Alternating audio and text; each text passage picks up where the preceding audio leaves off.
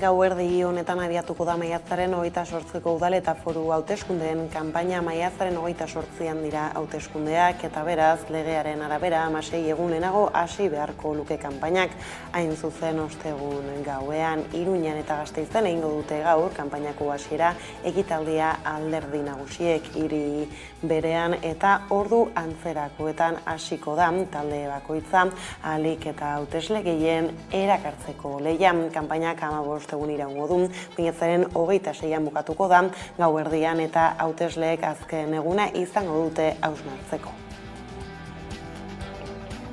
Eguerdion guztioi 12 pasata iritsi da gurean gaur magazinari heltzeko unea. Gaurkoan hauteskunde kanpaina izpidea injustu horri heltzeko Nerea Garziak azalduko digu gaurko honetan alderdi politikoek egingo dutena. Alderdiek 15 egun izango dituzte euren programak aurkezteko eta zabaltzeko. Araban PSE, EAJ eta Elkarrekin alderdiek ostegun arratzaldean antolatu dituzte euren lehenengo ekitaldiak. EH Bilduk eta PPek berriz ostegun goizean egin dituzte. Nafarroan berriz UPNek, PSNek, Zurekin Nafarroak, Geroa Baik eta EH Bilduk arratzaldean antolatu dituzte Iruñako zenbait lekutan.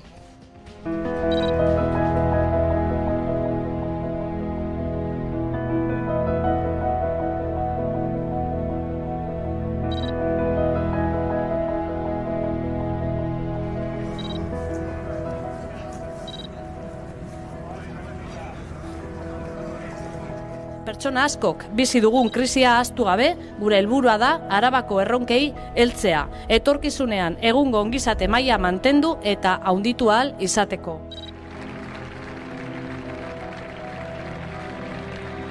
Autogobernua eta ongizatea banatu ezin den binomioaren parte direlako. Etorkizuneko alkatea. Lehenengo emakume alkatea. Horixe behar du Donostiak. Exigir a las instituciones apoyo económico para garantizar escuelas infantiles suficientes y gratuitas. No se ha hecho nada esta legislatura, no se ha hecho nada en la legislatura anterior y no se va a hacer en la siguiente si no cambia el gobierno. Argi eta garbi momentu honetan, Nafarroan gobernu progresistak eratzeko gobernu anitzak eratu beharko ditugu. Adi izango gara beraz alderdien nondik norako etara, ordea Gasteizen garela aprobetxatuta Gotzaingoak martxoak 3ko memorialaren estatutuak berriz negoziatu nahi ditu. Adierazi duenez jaso dituzten azken estatutuetan aldaketa batzuk dauden, hasierako estatutuekin alderatuta. Memoria gunea behin eta berriz atzeratu den proiektua da eta Gotzaingoaren azken erabaki honekin berriz prozesua geldiarazten da.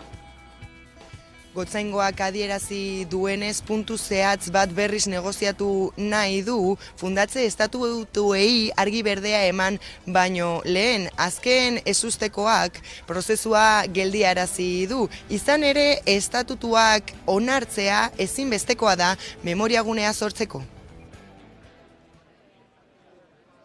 Maiatzaren lehenengo astean Gasteizko udalak iragarri zuen martxoak 3ko memoriala sortzeko aurrera pauso bat eman zuela.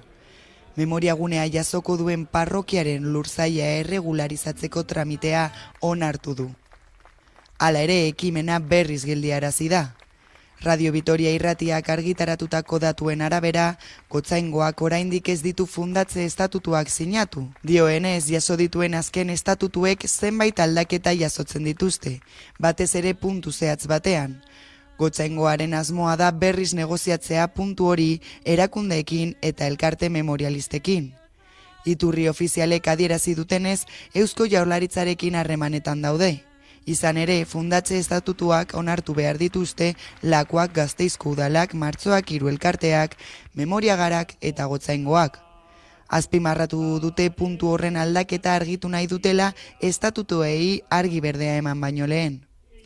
Bestalde, esan bezala beste tramite batzuek aurrera egin dute. Gasteizko udalak Martxoak 3ko memoriagunea jasoko duen parrokiaren lursaila erregularizatzeko beharrezko hirigintza tramitea onartu du. Partzelazio proiektuak aurreikusten dituen lursail berezietan, elizaz gain, hainbat higiezin daude, hala nola Koldo Mitxelena, Odundapraiz eta Iparralde Gizartetzea. Arabako aldizkari ofizialean argitaratu ondoren, hilabeteko alegazio epea irekiko da. Martxoak 3ko memoriagunea behin eta berriz atzeratu den proiektua da. Momentuz ez dago data zehatzik, baina Lakuak azken hilabeteotan iragarri zuen aurre ikusten zuela 2026rako irekitzea.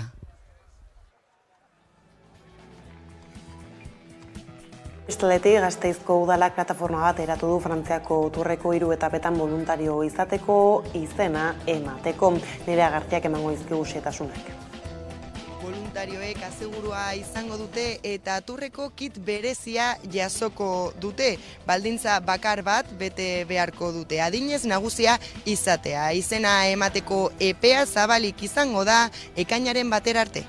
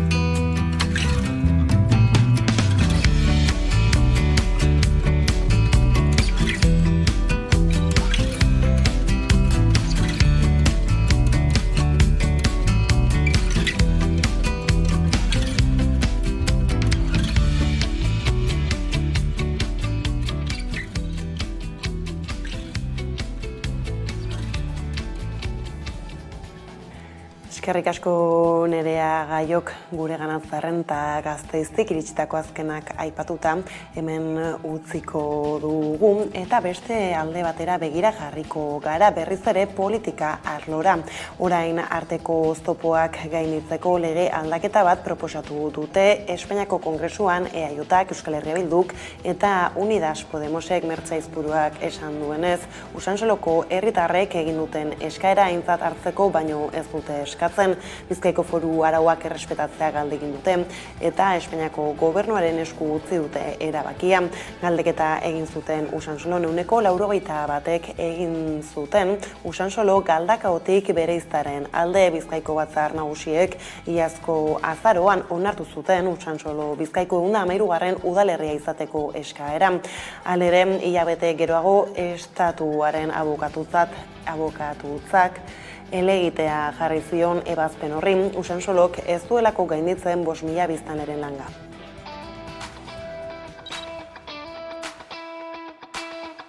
Aurkeztu dugu gaur emendakin bat, emendakin horren bitartez espero dugu herritarrek, kasu honetan Usansoloko herritarrek egin duten eskariari baietza ematea eta ahalbidetzea ere eskari hori benetan gauzatu dedin. Oztopoak daude, oztopoak legeak, Espainiako legeak jartzen ditu, Foru arauak berriz baimentzen du hainbat gai, eta orduan azken finean da errespetatzea Foru arauak dioena, hortan datza aurkeztu dugun emendakina eta dauden oztopo guzti horiek nolabait saihestea eta gainditzea.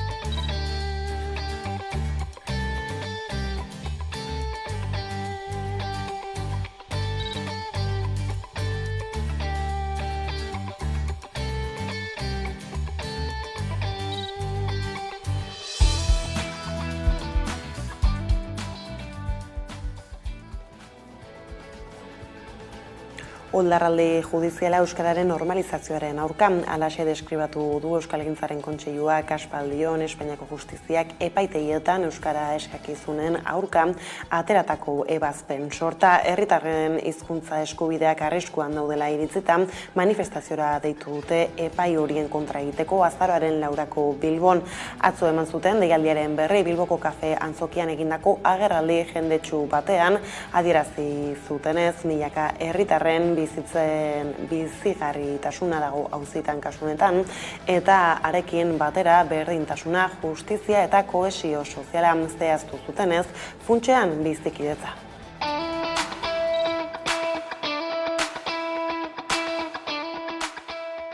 Dei egiten diegu euskararen eta herritar guztien hizkuntza eskubideen alde dauden eragile eta norbanakoei azaroaren 4 Bilbon egingo dugun manifestazioan parte hartzera. Larria baita gertatzen ari dena. Euskararen biziberritze prozesuaz harago, milaka herritarren bizitzen bizigarritasuna baitago auzitan.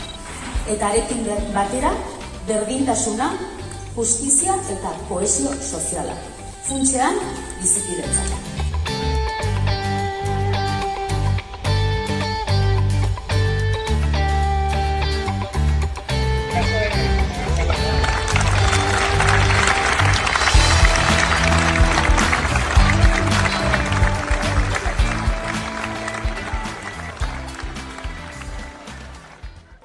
Euskara Hizpide Filologiak deituriko ezagutza arloaren barruan egongo da Euskal Filologia Madrilek esan duenez. Joan Subirat Unibertsitate Ministroak esan du, aintzat hartuko dituela bere dekretu proiektuak jaso dituen alegazioak, baina ez du bete Euskal Herriko Unibertsitateak eta Euskaltzaindiak eskatutakoa.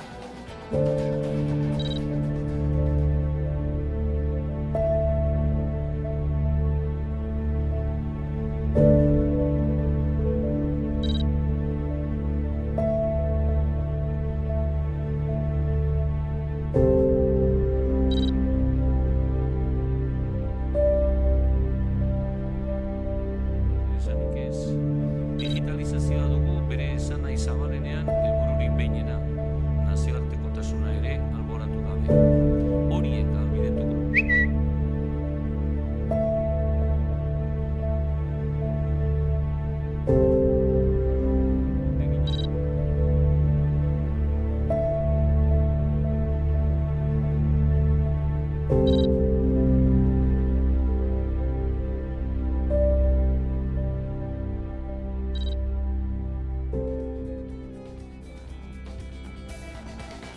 Ordea Espainiako Kongresura begira jarria garela, Eneko Anduezak PSeko idazkari nagusiak lotsa eta haserrea erakutsi zituen apirilean Mikel Zabaltzaren auziaren eta Arturo Espejo Guardia Zibilaren teniente general eta sostengu agintaritzako buru izendatu izanaren harira.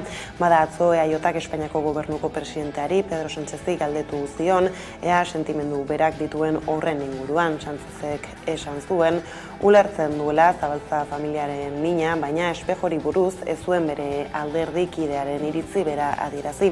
Esan zuenez ikerketa judizial zehatzak egin dira eta Espejo generala ez dute inputatu, ez eta zigortu ere.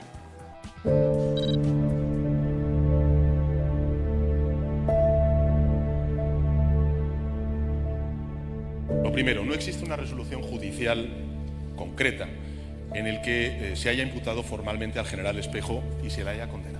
Lotsa sentitzen dut, ez dut egoki ikusten.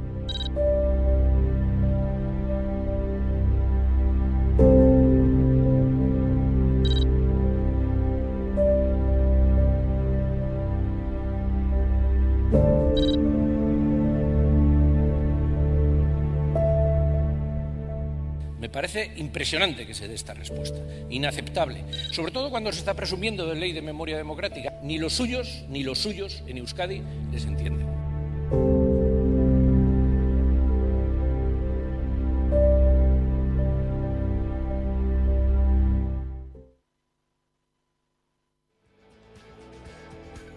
Gaizlatuta berriz suteak ekidin zaindu eta itzaltzeko 2023 plana onartu du Nafarroako gobernuak sute arriskuaren eta temperaturen arabera makinen erabilera arautu du modu honetan Espainiako pasaden udako dekretuan Nafar lurraldera egokituz.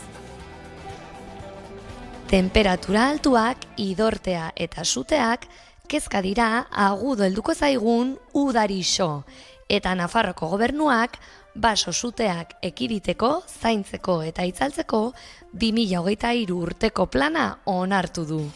2022ko abuztuan Espainiako gobernuak errege dekretua plantan ezarri zuen.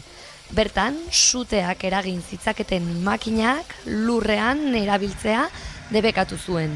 Orain, Nafarroko gobernuak dekretu hori lurraldera egokitu du, suteak ekidin zaindu eta itzaltzeko plan berri bat eginez.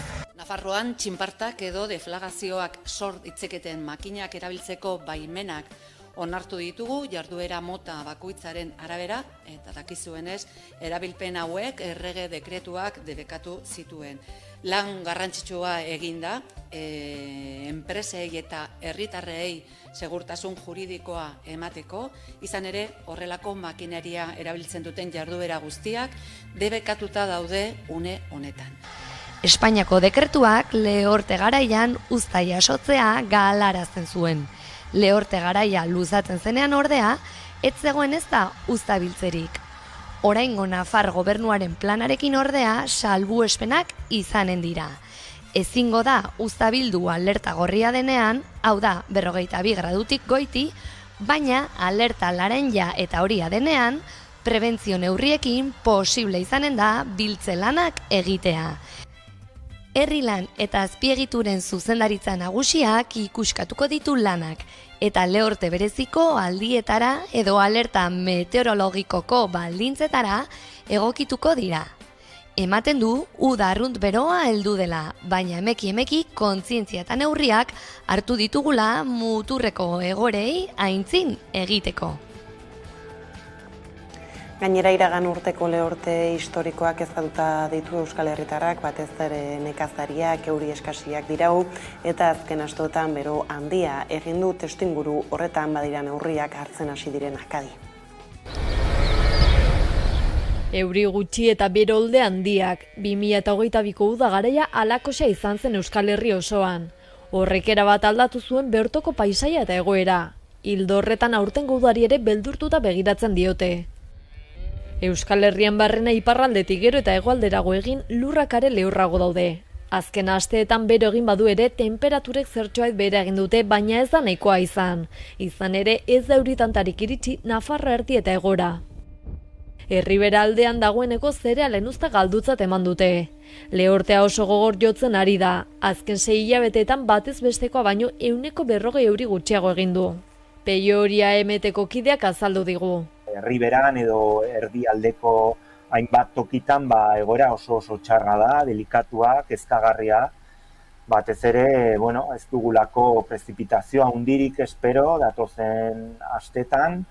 Eta udari begira laborarien kezka handitzen ari da. Euren uztak eta beraz diru iturriak arriskuan ikusten dituzte, baina abeltzainak ere aberentzako bazkalekuak lehor izataren beldur dira. Entzun Xabier Iraola enba sindikatuko koordinatzailea. Oso panorama beltza datorkigu, bai udaran bertako belardietan, baina baita ere udazkenare begira forrajean dagokionen. Testuinguru honetan beltz ikusten dituzte datozen hilabeteak. Zein eguraldi espero da? Prebizio txarrak dira, esporekoa da udarik ez dakit beroena, baina seguraski berenetako bat, eta momentu honetan baso zute handien portaeran kezka handia dago. Claro, beroa eta ur falta gehitzen baldin badira, arriskua biderkatzea normala da. Momentuz jakina dena, azken egunotako euritan taurriak ez direla nahiko izan urtegi batzuk betetzeko.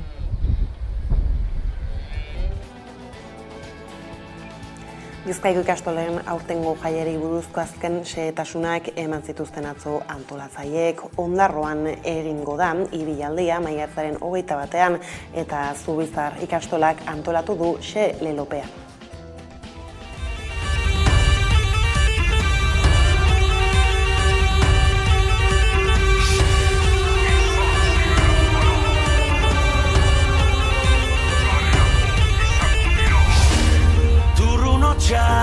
Portuan herria esnatu da, itxasaizeak dakarren sekretua. Zainetan kresala eta mingainean olatua, ematen jarraitzeko gure kantua. Zubizarretik dator marea gora, kanpandorreraino dena bustiko da. Eskutik hartu eta ez da kausiko zubize, geura eustan da benerrize. Eskutik hartu eta ez da kausiko zubize, geura eustan da benerrize. Bestetik, ekainaren 4 Mungian ospatuko den Euskal Eskola Publikoaren jaiaren 30. edizioaren bideoklipa aurkeztu dute asteazken honetan Bilbon. Jagondu izenburua eta STR talde bizkaitarrak egin du entzun lagin bat jarraian.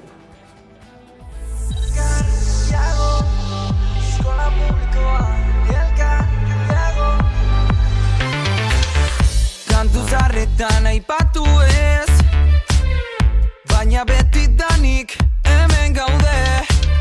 Hizkuntza batek irakatsi ziola, herri bati nahi gabe. Urtez urte, zure begirara begira, egon arren beste hamaika etorriko dira. Ze argi dago oso harro zaudela, denon izatearen aukeraz. Hazen hasi naiz, zure desiraz, da sortzen hasi naiz, zure irriaz, da jantzen hasi naiz, zure ideia. Elgar, jagon, zure gatik ni. Eta kantuak entzuten hasi garela musikan arlotik badugu besterik. Musika zuzenean saioak gau egitasmoa aurkeztuko digu gaur. Eta hortaz aritzeko Koldo Otamendi aurkezla dugu kameraren beste aldean, eguerdion. Eguerdion, Karol. Tira, hasteko konta iguzu, Koldo, zer da gau? Bueno, gau egitasmoa Gartxotun Zain musikariaren bakarkako egitasmoa da. Bera urteak atzera eman musika taldetan ibilitakoa da, eta orain gaurekin bakarka egin du bidea. Aipatu zu hortartean, ez? Ibilbidea bera zein izan da, ez? Egin duen ibilbide musikala orain artean gure protagonistak. Ni urteak atzera ezagutu nuen, aipatu zian 16 urte daramazkila ja musika munduan, Jau taldearekin ezagutu nuen lehenengo, gero Madeleine taldean eritu izan da, Bananas taldean dabil gaur ere, baita ere Madeleine ere, eta bizaldi egitasmoan ere parte hartzen du. Bestetik ere, hainbat letra igertzen ditut beste musika egitasmo askotarako, Merina Gris taldearentzako esaterako, eta musika munduan oso sartua dagoen musikaria da bera.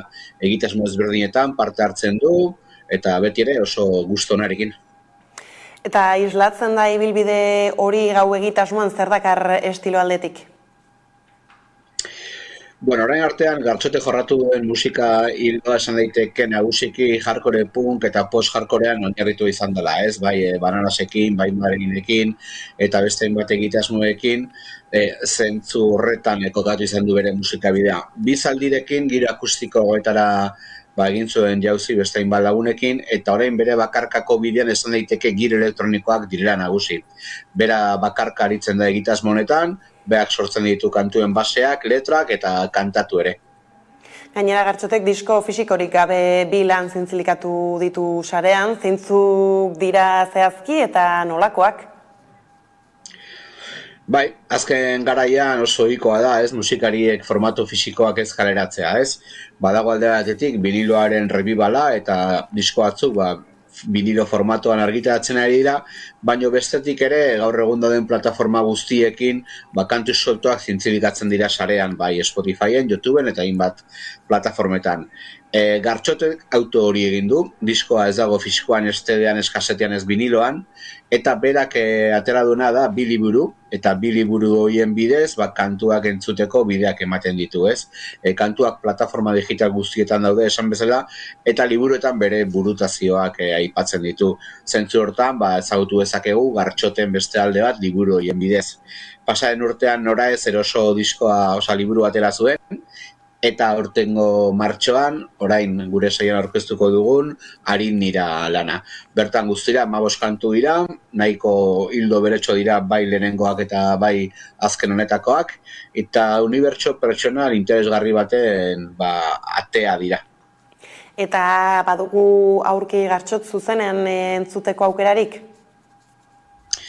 Bai, alaxe da, datozen asteetan eta hilabetetan zuzenean arituko da, berak ere aipatu digu elkarrizketan gehiago jo nahiko lukela, eta bideo horretan kontzertua lortzen ari da, duela gutxi da aretoan aritu izan da, pasaren igandean Lapurdin eskaini zuen kontzertu bat, eta larun bat honetan Lemoan ospatzen den Lemo Akustik jaialdean ariko da, beste hainbat taldeekin batera, besteak beste, Olain Ziarte edo audientzekin batera, eta bertan aurkeztuko ditu disko edo lan honetako kantuak, Emanaldi bereziak eskaintzen ditu Gartxotek, ez du musikarik eramaten agertoki gainera, bakarka aritzen da, mikrofonoa eskuan eta kantari, baino badu nolabaiteko laguntza agertokian eta horretarako dantzari baten laguntza izan ohi du, Musikatik haratago doan egitasmoa da berea, bai fisikoan eta bai zuzeneko emanaldietan.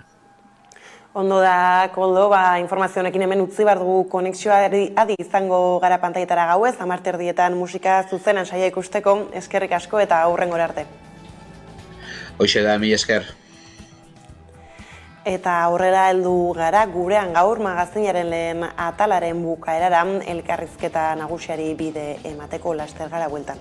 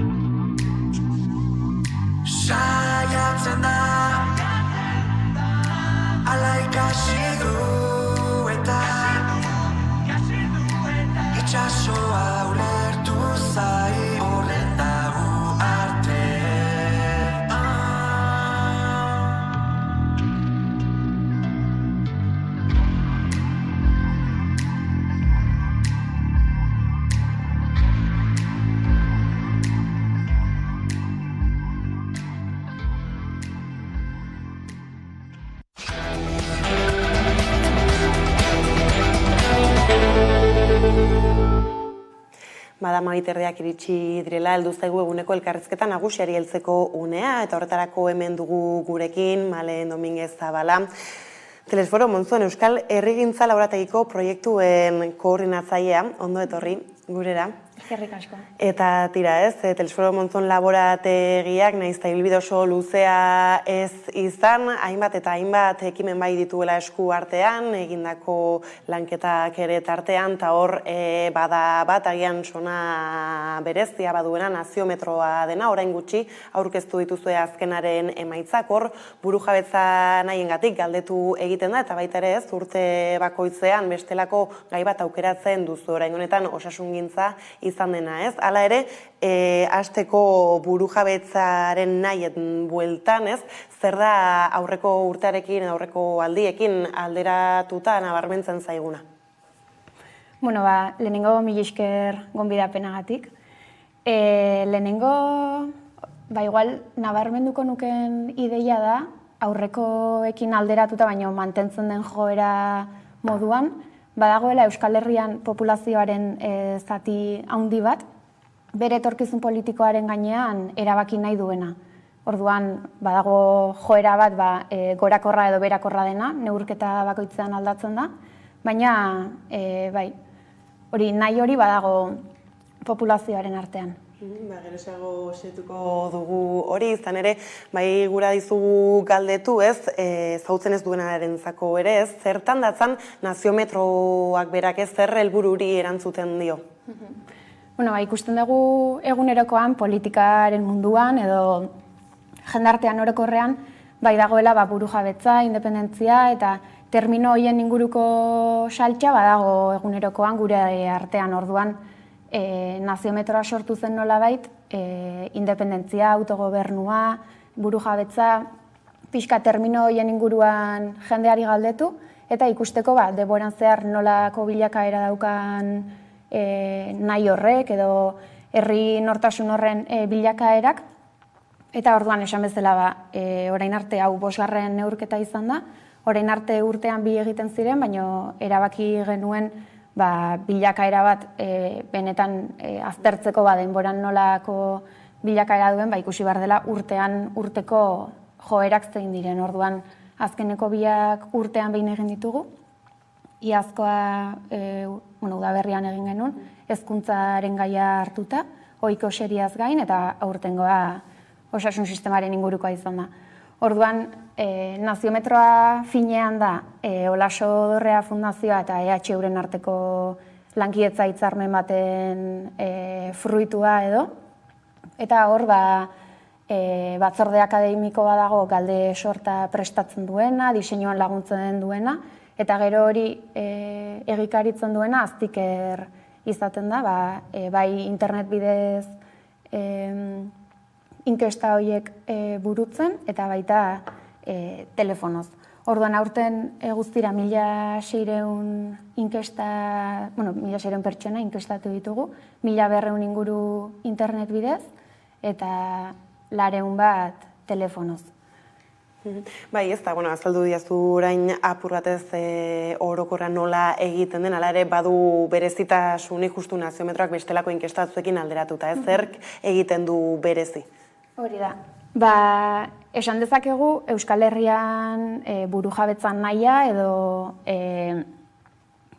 burujabetzan nahia aztertzen duen barometro bakarrenetakoa dela, ez bada bakarrena, eta izaera nazionala dauka, hau da Euskal Herria bere osotasunean kontuan hartzen du, 3 eremu administratiboak, EAE, Ipar Euskal Herria eta Nafarroa, eta ulertzen dugunez bakoitzean errealitate sozial, politiko, administratibo ezberdina dagoela, prestatzen ditugun galderak ere egokitzen ditugu, bakoitzean terminologia bat ulertu daiteken moduan ulertuta egokitzeko, eta pixkat inkestak batez ere telefonoz egiten direnean, azalpenak ematen dira propio ondo ulertu dadin dena, eta bakoitzak bere irudikapen edo irudimen kolektibo horiek ondo ulertzeko. Eta zergaitik ez, nazio mailako inkesta hau egin ez, zer importantzia du horrek?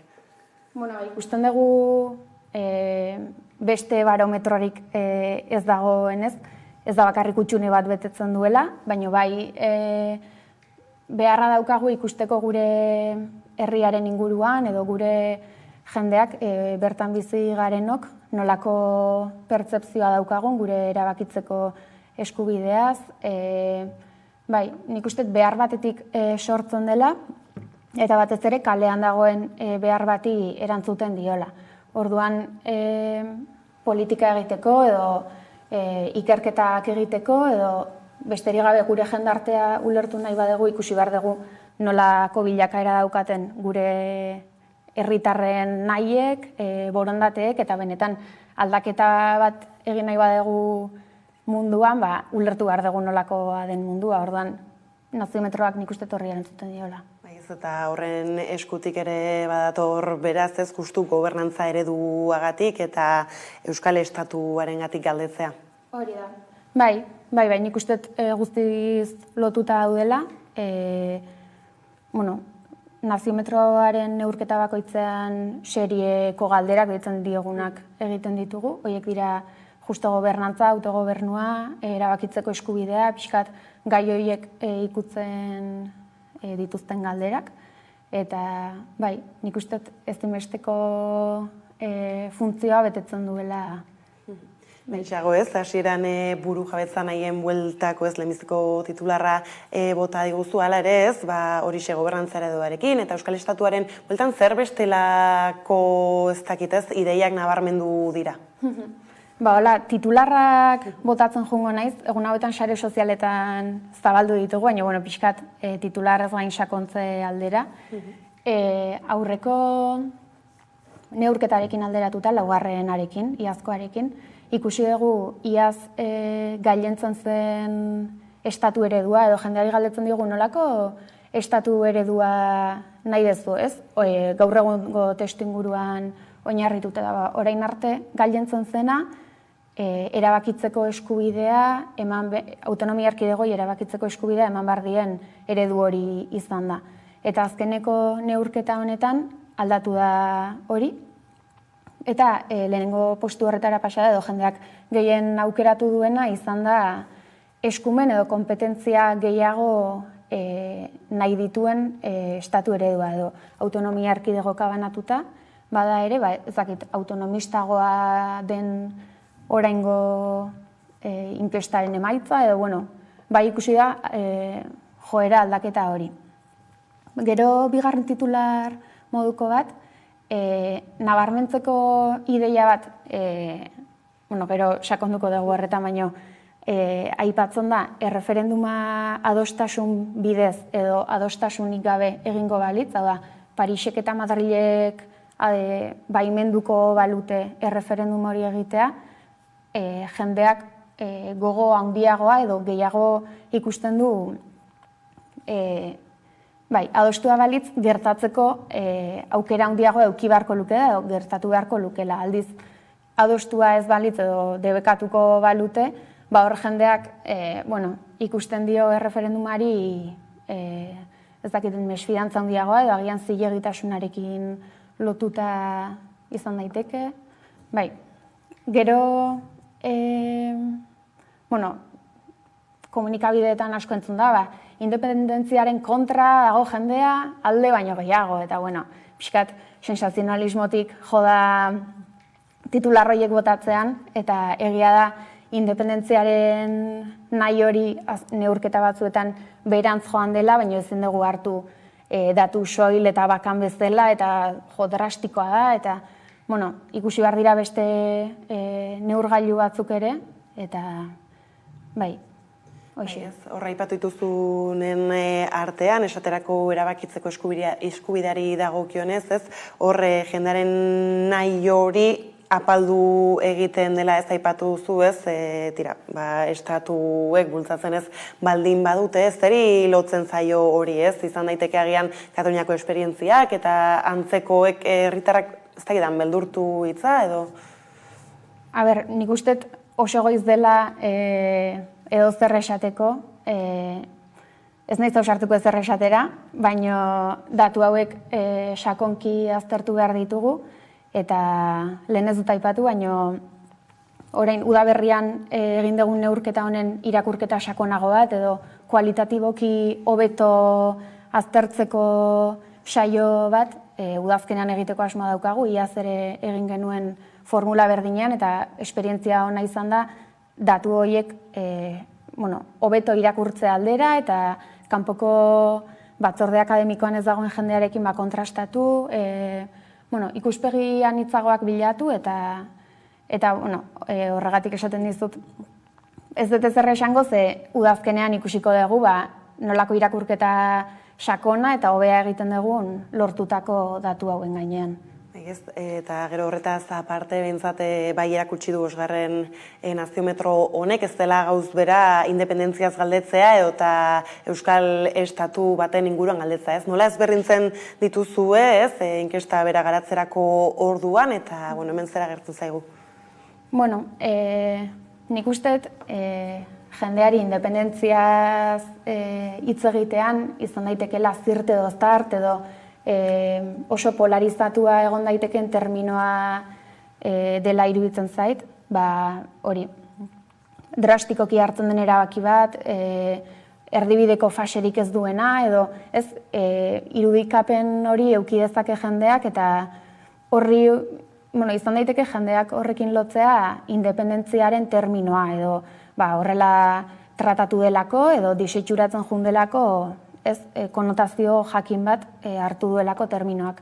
Baina aldiz Euskal Estatuaren inguruan hitz egitean, izan daiteke estatu egiturek edo estatu batez hitz egiteak segurtasun handiago bat eman dezakela, ondo antolatutako sistema bat izan daitekela, berme bat ematen du, begiratzen dituzunean jendearen kezkak zein diren, nire da lan aurkitzea edo ez dakit nire seme alabek etorkizunean nolako bizitza eukiko duten, segurtasuna, jendartearen segurtasuna ere bada jendea bereziki kezkatzen duen gai hoien artean goiko postuetan kokatzen dena, eta orduan estatu egitura batzuek izan daiteke pertsona batzuei asetzea edo suposatzea segurtasun bat zentzu horretan. Orduan nik usteet bi termino horien artean jokatzea badaukala jendearentzako pertzepzio ezberdina.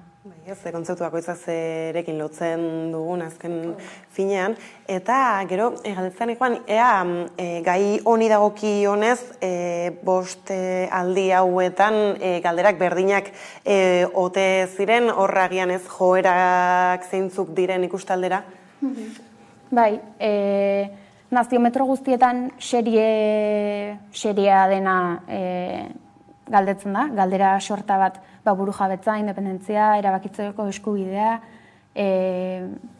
Serie hori da modu egonkor batean mantentzen dena, eta gero aldakorra dena da, bain zuzen orain osasun sistemaren inguruan galdetu izana, iaz hezkuntza sistemaren inguruan, kirolaren arloan ere galdetu genuen, garaian, baina serie hori mantentzen den galderen joera hori da burujabetza eta autogobernua eta pixkat gai horrekin lotutakoa. Gero horre, galderen artean Euskaragatik ere ez, galdetu duzue, justu azken egunotan gainera Euskararen bueltako hainbat eta hainbat mobilizazioaren berri izan dugu. Zer jarrera nagusitu da ez Euskari dagokionez edo zer da hor nabarmentzekoa?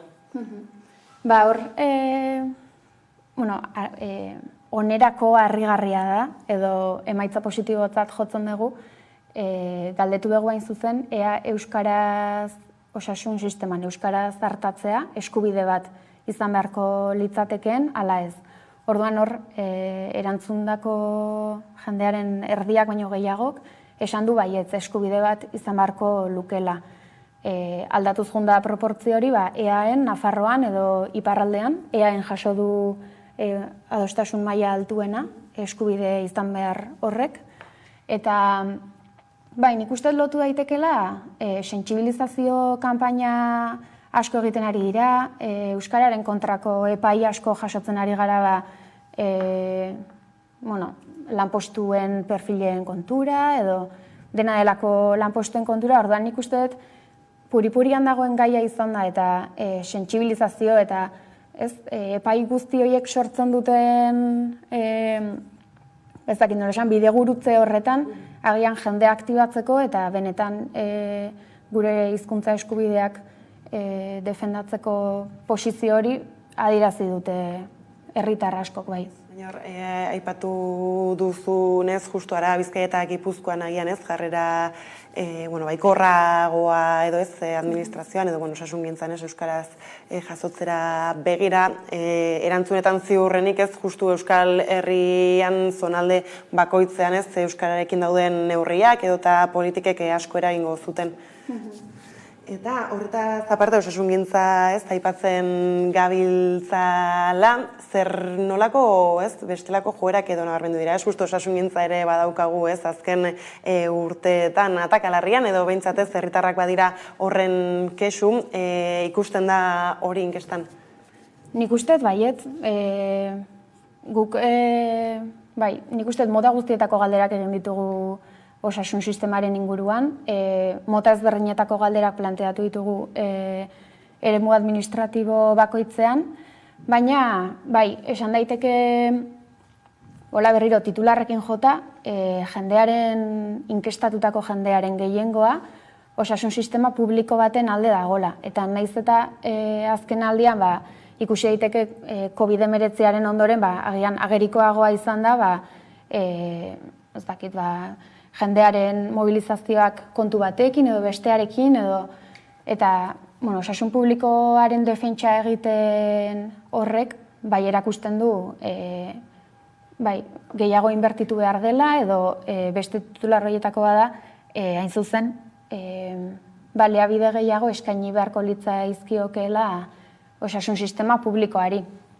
Hori 3 lurraldeetan izan da bereziki titular oso nagusia, baliabide eskasak edo oso eskasak diren, baliabide eskasak edo oso eskasak direla uste duten jendea asko delako, edo inkestek bintzat hori erakutsi dute, orduan, ikusten da osasun sistemak bilakaera negatiboa izan duela, galdetu genien hain zuzen 5 aspekturen inguruko bilakaeraren inguruan, azken urteetan nolako garapena eduki duten. Eta bereziki okerren baloratuak izan dira lehen arreta, medikuarekin edo hitzordu presentzial bat osasun sistemako norbaitekin lortzeko dagoen tartea, itxaron behar den denbora hori, eta osasun langile kopurua. Orduan, ikusten da, baliabide faltarekin eta okerren baloratzen diren honekin eta mobilizazioak ere sortzen ari dira zehazki herritarrek okerren baloratzen dituzten aspektu horien bueltan. Orduan, ikusten da koherentzia bat jendarte mugimenduek aldarrikatzen duten horren inguruan eta inkestan agertu diren emaitza horien artean. Eta ezberdintasun handiak agertzen dira hor agian ez, frantses estatuko lurraldearen barruan eta, Ipar Euskal Herrian eta Hego Euskal Herriaren artean? Aldatzen direnak nik uste proportzioak direla gehien bat, baina ideia orokorrak edo oso sintonian doaz batean eta bestean, eta adibidez, osasun publikoari eskainitako baliabideen inguruan, datuak ekarri ditut, aurkitzen ditudan. Adibidez, igual beste ideia bat eutxiko diot hobeto, hain zuzen Euskal Herriko lurralde ezberdinen artean, hori oraindik ez dut aipatu, osasun sistema ezberdinen arteko integrazioa aipatzen denean, edo hori batez ere planteatzen genuen, eremu administratiboen arteko mugetatik gertu bizi den jendeari, igual, zakita, Arabar Errioxan bizitzera, eta, zakit, gauza bat, zure dagokizun ospitalea urrunago daukazu beste bat baino, edo, eta kasu horretan jendeari hori galdetuta, integrazio bat egon beharko luken, jendearen erdiak uste du baiet, EAen adibidez 52% da aldekotasun hori agertzen duena, Nafarroako inkestatuen artean 45% esaten du hori, eta Euskal Hirigune Elkargokoen 52%. Orduan, proportzioak hor, lehen esaten izun bezala aldatzen dira, baina joera edo, badago adostasun bat, berez sortua dena edo sortzen dena, hori, bai. Eta, aipatu dituzu mendatu batzu badira hor beste hainbeste ez, zer nolako etxeko lanak uzten dituzte? Nik uste dut alde batetik, datu hauek gehiago analizatu eta irakurketa sakonago bat egiteko beharra daukagu, bai guk, eta, sarean dago emaitzen txosten osoa, orduan nahi duenak hori hartu eta irakurri eta aplikatu dezake, erabakiak hartu behar dituztenek, edo tokian tokiko eremuetan, orduan etxeko lanak nik uste direla ikusi herritarrek zer dioten, eta, pixkat, erantzun horri. Behintzat hor da deialdiare zabalik, ez, kuskuseatzeko eta nahi duenak erabiltzeko, eta bukatze aldera Marentira, ez, Telesforo Monzon laborategiaren baitan beste hainbeste lan ere baituzuela aipatu dugu hasieran, honekin lotuta agian, ez, periskopioa ere badaukagu, baina tira, ez, baituzue hor hainbat lan, zeintzuk dituzu orain bereziki ez dakit esku artean, edo zerekin zabiltzate? 11 proiektu ditugu eta denak oso interesgarriak dira, baina nik ona batzuk ekarri ditut. Alde batetik Txillardegi gogoeta gunea, hizkuntza politikaren bueltan, hausnartu eta egungo egoeraren analisi bat egiteko taldea da. Bertan jende ezberdina biltzen gera, euskalgintzan gabiltzanon artean. Eta urtengo erronka pixka da, iaz jardunaldi bat egin genuen 21. mendeko hizkuntza politika nolakoa izan behar den ikusteko, Euskararen legeak 40 urte bete zituen iaz, eta ez da aldatu, eta ikusten dugu lehen aipatu ditugun epaiak, eta zerbait egin beharra dago, gure 21. mende honetan nolabait erantzuteko. Orduan, taldeetik bilatzen ari gerana da, tailer batzuk antolatzeko asmoa daukagu orain, mintegi batzuk. Pixkat horretan sakontzeko, hizkuntza politika zer den, nolako oinarriak izan behar dituen, edo nola egiten den hizkuntza politika, edo pixkat gai horien inguruan hausnartzen hasteko, eta behar horiek identifikatzen hasteko asmoa daukagu, eta horretan ari gera oraintxe bertan.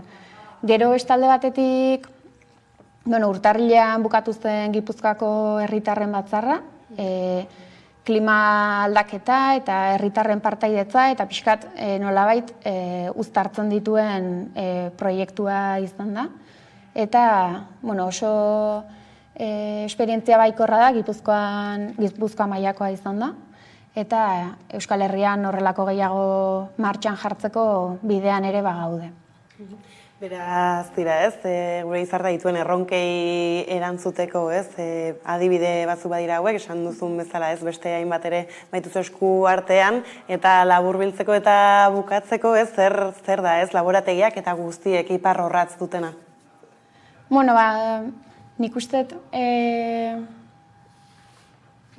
gogo eta egin herri honen etorkizunaren inguruan, aspektu ezberdinak kontuan hartu, eta pixkat jendartea mugitzen duten edo jendartean dauden gaiei heldu eta erronka diren korapilo horiek nolabait hartu eta xaxatzea, irtenbideak bilatzen hastea, pixkat akuilu lan hori egitea. Horrekin hemen utziko gu elkarrizketa adi izango gara, ez? Bai azterketa honek emango dituenei, eta esku artean dituzten beste guztiei, mila esker Malen gaur gurekin izatearren, eta hartzearren. Eskerrik asko zure. Eta orain jarraian solasaldiarekin bueltatuko gara.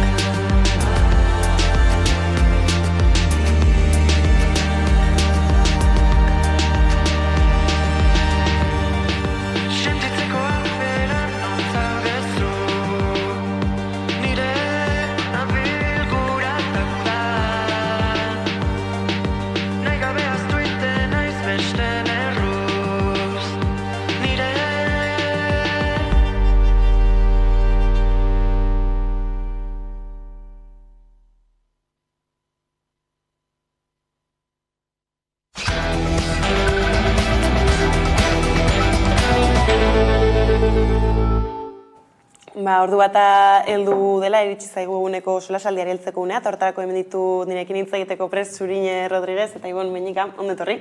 Eta hasteko lan gatazketan, eta gehiago agian zaintzan ere jarriko dugu fokua, izan ere aste honetan desgaitasunen batekin lan egiten duten hainbat elkartek greba egunak izan dituzte, eta salatu dute justu azken greba egunean, protestetan ertzaintzak izandako neurrizkanpoko jokabidea. Badaukagu bideo bat horri heltzeko. Gaude, Madriz Mercedarias, Aspace eta Gorabide enpresetako langileek astelehenean eta asteartean greba egin zuten lan hitzarmenen negoziazioa desblokeatzea eskatzeko. Bada Bilbon egindako protesta batean ertzainen jokatzeko era neurrizkanpokoa izan zela, salatu dute adimen urritasuna duten pertsonei harta ematen dieten elkartetako grebalariek. Bizkaiko zaintzarloko beharginen kontra ertzaintza oldartu zen, eta poliziaren indarkeria salatu dute langileek. Izan ere, grebalariek azaldu dutenez erasoak ugariak izan ziren, eta bultzada baten ondorioz bi behargin hartatu behar izan zituzten ospitalean. Ez da joera berri bat, edalako salaketak ez, askotan ikusi eta entzun behar izaten ditugu, orain justu ez, kanpaina hastear dela ere ez, asko hitz egiten dute ez, polizia gehiago behar dela, eta ez dela behar horre bada eztabaidarik nola erreparatzen diozue honi. Nik uste hemen bi eztabaida hildo daudela, ez, da bada langatazka eta langatazkaren ingurukoa eta beste da polizia. Naiz eta elkar gurutzatzen diren. Nik batzutan badauka sentsazioa obviak diren gauza batzuk errepikatu behar ditugula eta greba egitea eskubide bat dela esan beharra dago eta eskubide hori bermatuta egon behar dela. Eta atzo permisu bat zekaten greba egiteko eta beraz egiteko eskubidea dute. Eta nola bukatu greba hori, manifestazio hori, justuki poliziaren errepresioarekin, ez? Beraz, eskubide hori ez da bermatuta egon, ez? Badirudi, gauza simplea eta obvioa eta batzutan nik hauek asaltzen diduanean sentitzen naiz pixkat, ABC batekin nabilela, ez? Barrio sesamo moduko bat, baina ez dago bermatuta, ez? Eta hori da, nik uste dakagun eztabaida bat, eta beste bat da polizia, ez? Eta zer gertatzen da, ez? Eta hemen dakagu ertzaintzak ez dela proximidadeko polizia bat, ez dela gertua,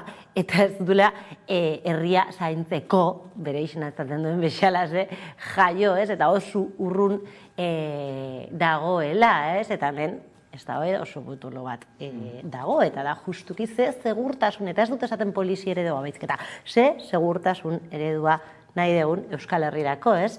Eta, nik argi dakaguna, zaitala batera gustatzen. Gainera ikusten dugu edo ez, hor justifikazioetan sartzen direnetan, ez dakit esaterako egia da grebak eta grebak badaudela, baina justu honek sektore feminizatuarekin lotuta garbitzaileak ere ikusi genituen jipoituak izaten gurutzeta parean, ez du zer ikusirik ez dakit, metalaren grebatekin denak agian gehiengoak gizonak ere badila eta horre ematen denarekin, eta horrekin batzutan ez gara asaldatzen, baina honek. Bai, nik ere bat nator. Plantatzen denarekin, elkar gurutzatuak edo elkar lotua dauden bi gai dire, baina gai bakotzak bere baitan, badaukate mami asko, ez? Eta gogoratu behar duguna gainera da, horrelako eragileek aldarrikatzen zuten greba eskubide horren bitartez, lan hitzarmen duin bat, eta erosmen ahalmena gehitzeko edo areagotzeko noiteko eskaera bat, ez? Beraz, ez bakarrik eskubidea dukatena, baizik eta erabat zilegia eta logikoa dana gaur eguneko testuinguruan horrelako aldarrikapenak egitea langile ikuspegi batetatik, ez? Eta horren aurrean aurkitzen dan erantzuna bada, patronalak ertzaintzak bidaltzen dituela antza negoziazio eskemari erantzunez, eta hori da ere oso adierazgarria den elementu bat. Eta zuk aipatu dituzu noiteko lan gatazka ugari igual nabarmenagoak izan direzenak, jokabide berdinen aurren aurkitu zen gara. Patronalak, batez ere, bere interesak defendatzeko, baliatzen dutela indar poliziala eta represiboa langileen aurka oldartzeko. Eta gainera oso lotua dago, marko diskursiboan baitere, atzo, eren egun, CBK-ek adirazi zuen, Bizkaian adibidez, Euskal Herrian egoki daiteke, greban indize handienetariko bat dauko noiteko lurraldea dalako, baina Bizkaian adibidez, gehiegizko grebak egiten direla aldarrikatu du CBKek. Eta zer kasualidadea ez, horrelako testu inguru baten aurkitzen garenean. Uste hor dauela baitere gako oso importante bat. Eta gero bigarrenik, zurinik aipatu duen moduan, ez? Hemen hitz egin behar duguna da, eta gainera bideoko oso adierazgarria dira, ze, klaro, galdetu beharko geniokena gure buruari da, hor bultzaka da bien ertzaintza bere egitekoain parametroen barruan egiteko moduak egin ditu, ekintza horretan, norbaitek horren inguruko behaketa bat, ebaluazio bat, horren inguruko kontrol bat, norbaitek erabaki du, hori zorrozki jarraitu beharko litzateke, ze argi dagoena da, jendartea edo herritarren gertutik egotea ez dala gaur egun ertzaintzan hoiteko osagarri nagusientariko bat, baina gainera, horrelako egoera, konbulsio egoerak moten direnean baitere, daukaten jokabideak erantzuten diete, erabat errepresiba direzen jokabidei, onlarkorrak, eta nolait ere indarraren erabilera gehiagizkoat dagoena, agerikoa dalako, neurriz kanpoko neurriak egon direla. Baina, klaro, hori baitere badago lotua gaur egun dagoen noiteko testuinguruarekin. Ze azkeneko gunetan baitere entzun dugu, eta ikusi dugu modu askotan gainera, ertzaintzaren baitan, badagoela ertzaintzen kopuru handi bat, oso handi bat, antisindikalak autodeklaratzen dutela berein burua. Justo ez, lan gatazkarekin lotua dagoena, ez?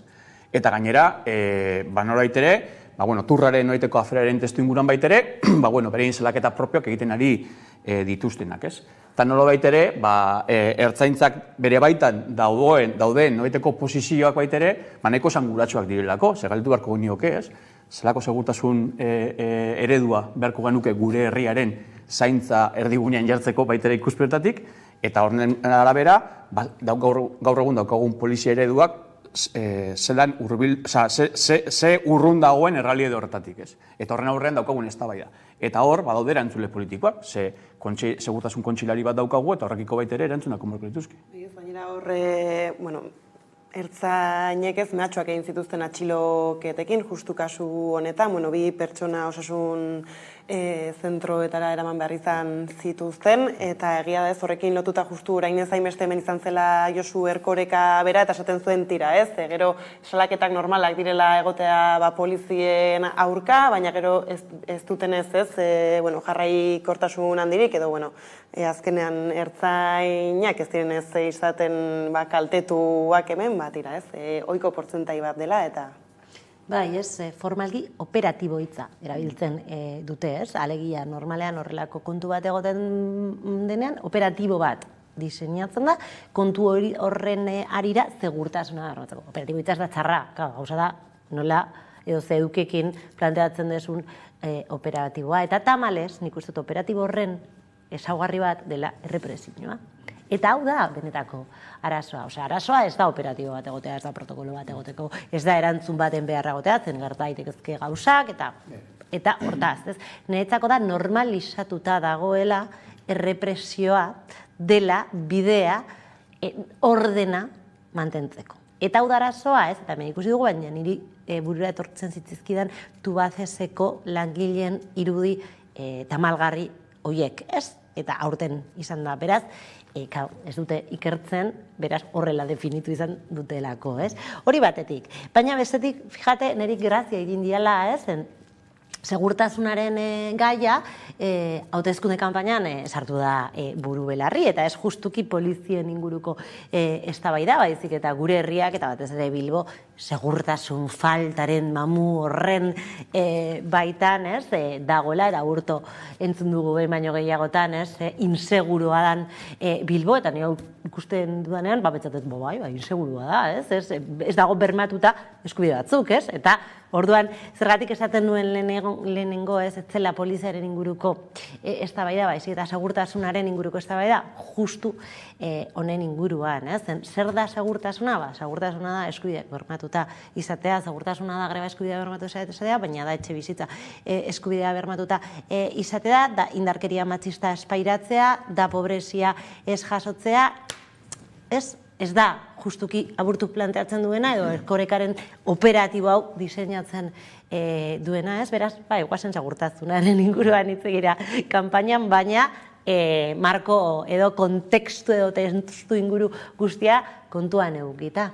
Eta honekin gaiz aldatuko dugu, izan ere Euskararen bueltan hainbat eta hainbat albiste ere jasotzen gabiltza azken aste hauetan, tartean justu atzo Euskalgintzaren kontseiluak, azaltzen, eurek esaten duten moden ez, oldarraldi judizial horren kontra egiteko, eta, apurat azken epaiekin gertatzen ari dena salatzeko, eta hori segaitzezteko manifestazioa ditu du, azaroaren 4an. Ez dakite, agian bideo bat badaukagu honekin, ikus dezagun.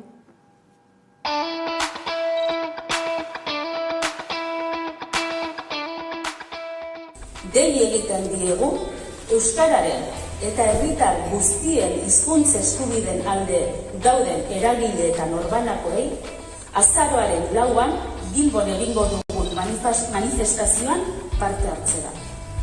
Larria baita gertatzen ari dena. Euskararen biziberritze prozesuaz harago, milaka herritarren bizitzen bizigarritasuna baitago auzitan. Eta arekin batera, berdintasuna, justizia eta kohesio soziala. Funtsean, bizikidetzak.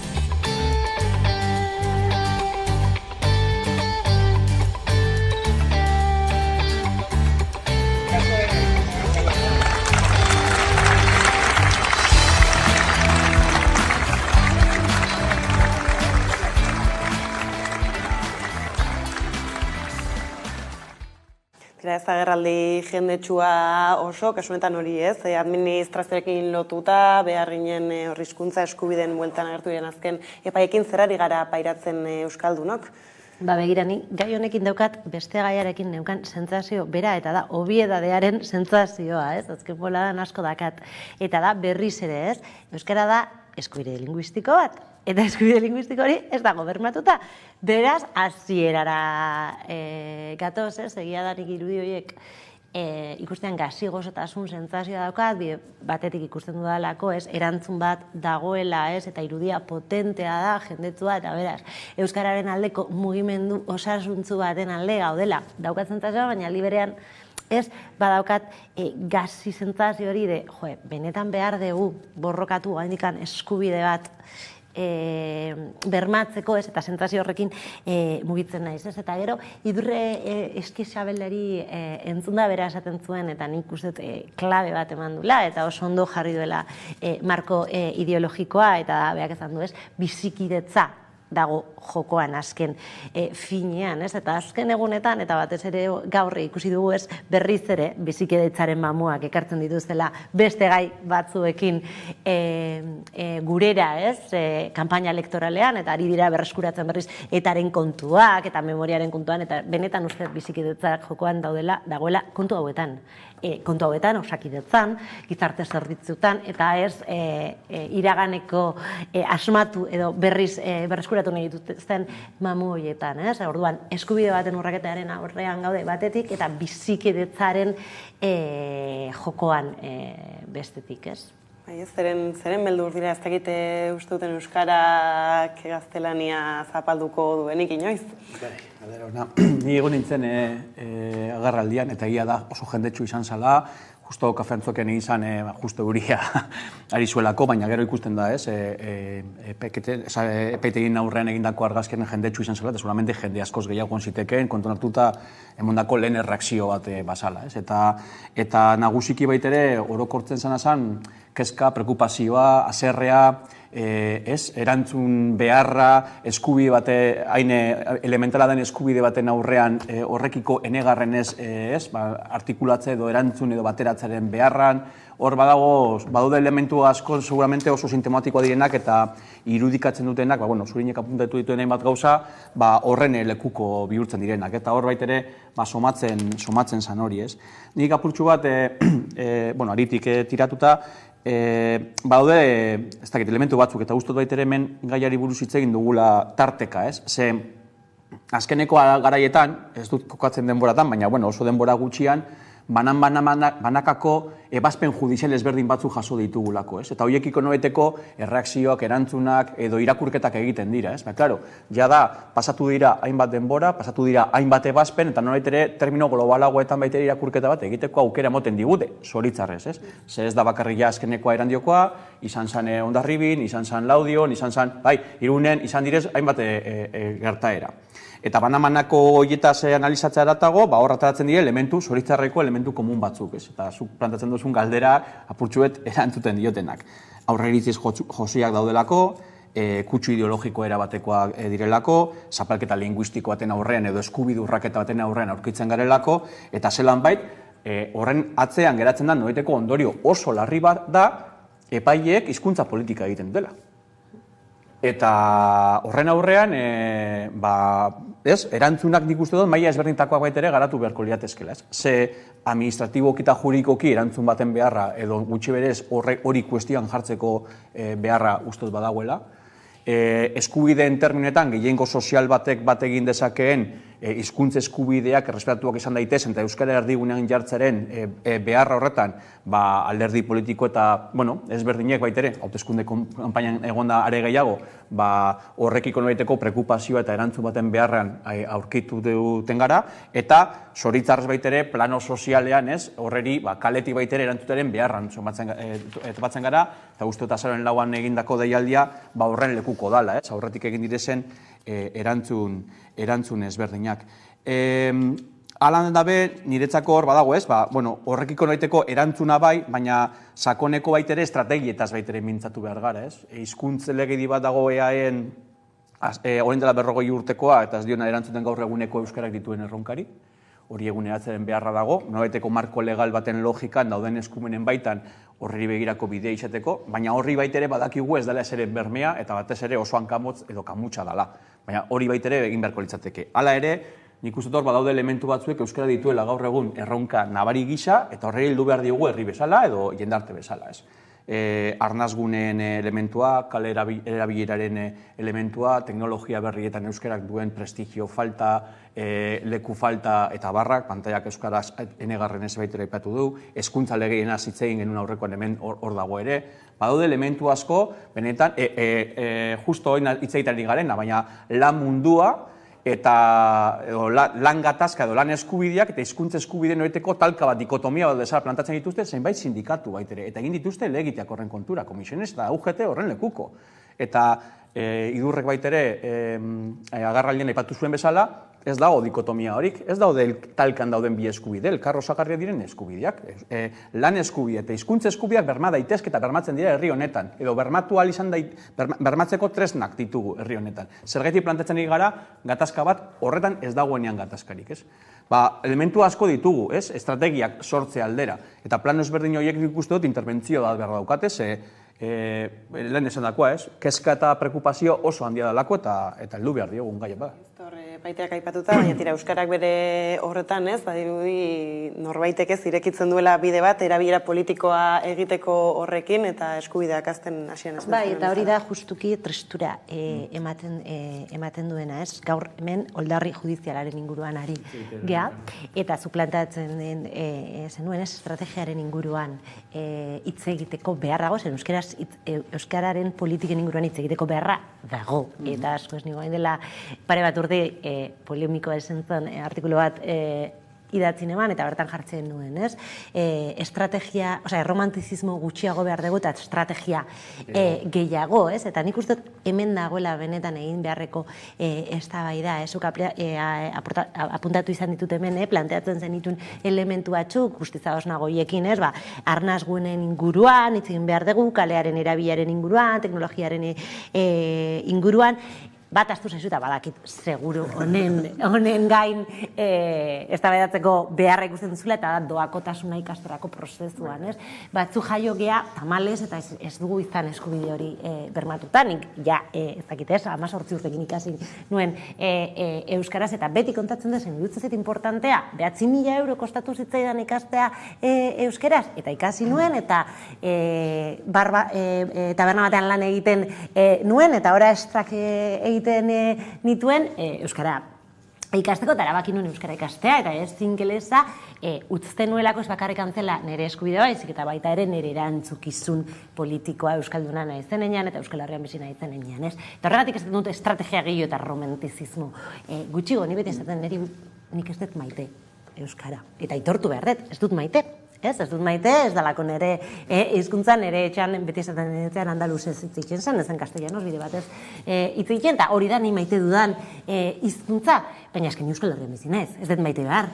Itxegin behar dut, eta bermatu behar dut, alboan ditudan horiek, nirekin hitz egiteko gaitasun hori eta eskubide hori izatea. Eta hori da estrategia, eta hori da behar dugun eztabaida, eta hortarako ezinbestekoa da doakotasuna, plan zehatz eta publikoak euskara ikasteko, hezkuntza legean bermatuta benetan maila, eskoletatik mailarekin ateatzea, ez? Eta hau da eduki behar dugun eztabaida, eta penaz oldarri judiziaren inguruan ari gara behin eta berriz hitz egiten, eta segituko dugu tamalez, ez? Baina benetako eztabaida nik uste dut beste bat dela.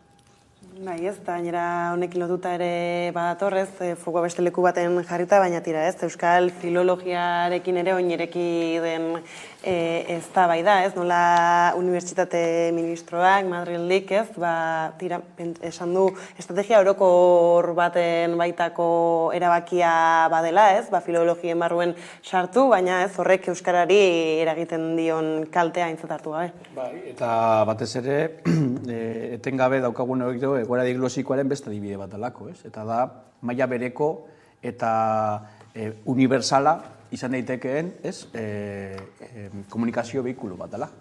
Gure hizkuntza eta edozein lanketa eta edozein jakintza baitere horren bitartezin behar dela, eta zelanez berari lotua dagoen, ez? Baina aldiz, menpeko, bigarren mailako edo bere eskubideak nobait ere, plano leunago batean kokatzeko baitere beharra dago. Hor badago eztabaida bat gaur egun perkupazio baitere areagotu dela, eta Madrileko testu inguruan baitere hori emon dela, eta ustot gaur baitere horren inguruko erantzunak emongo dituela unibertsitateko ministroak, eta orduan ikusteko dagoena da maila batean, badan noiteko tentaldi bat, edo badan benetan posizio politiko bat, ez. Eta seguramente ez unino bat etorriko da neugaz honetan, baina uste dut, hemen etengabe eukin dugun noiteko, ez dakit, euskararen inguruan estrategiak eraikitzeako momentuan, analiziakiteko momentuan eukin ditugun joerak, ez dakizan definitu, apurtxu bete zabala izteko, nire iritzi horren barne, baina argi dagoena da, euskara erabat politikoa den elementu bat dela, eta horrela etortu behar dugula. Eta hemen urtetan egondan hori ere euskara despolitizatu behar dugu, politikatik kanpo utzi behar dugu, ez? Zeu zer neutro eta intentzioarik gabekoa izango litzeten moduan, eta lehen ere, baina gaur egun eta horrelako adibide guztiek agerak dizte dutena da, euskara erabat politiko moduan kontxetu behar du, politikoa modu integral batean ulertuta eta lehen heldu diogunari, ez? Eta horri begirako noiteko estrategiak eraikitzeko bideak jorratza aldera, ez? Eta gaur egun ondino marko hori baitere irabazteko daukagu zoritzarrez, naiz eta badirudi obidade bat ere, bada. Gainera, behintzat, arlo akademikoa ez asko asarratu egin da, eta hortxe ez dira kontrakotasunak. Bai, dana da politikoa ez, eta hori beti esaten dugu, eta eskerrak dena politikoa.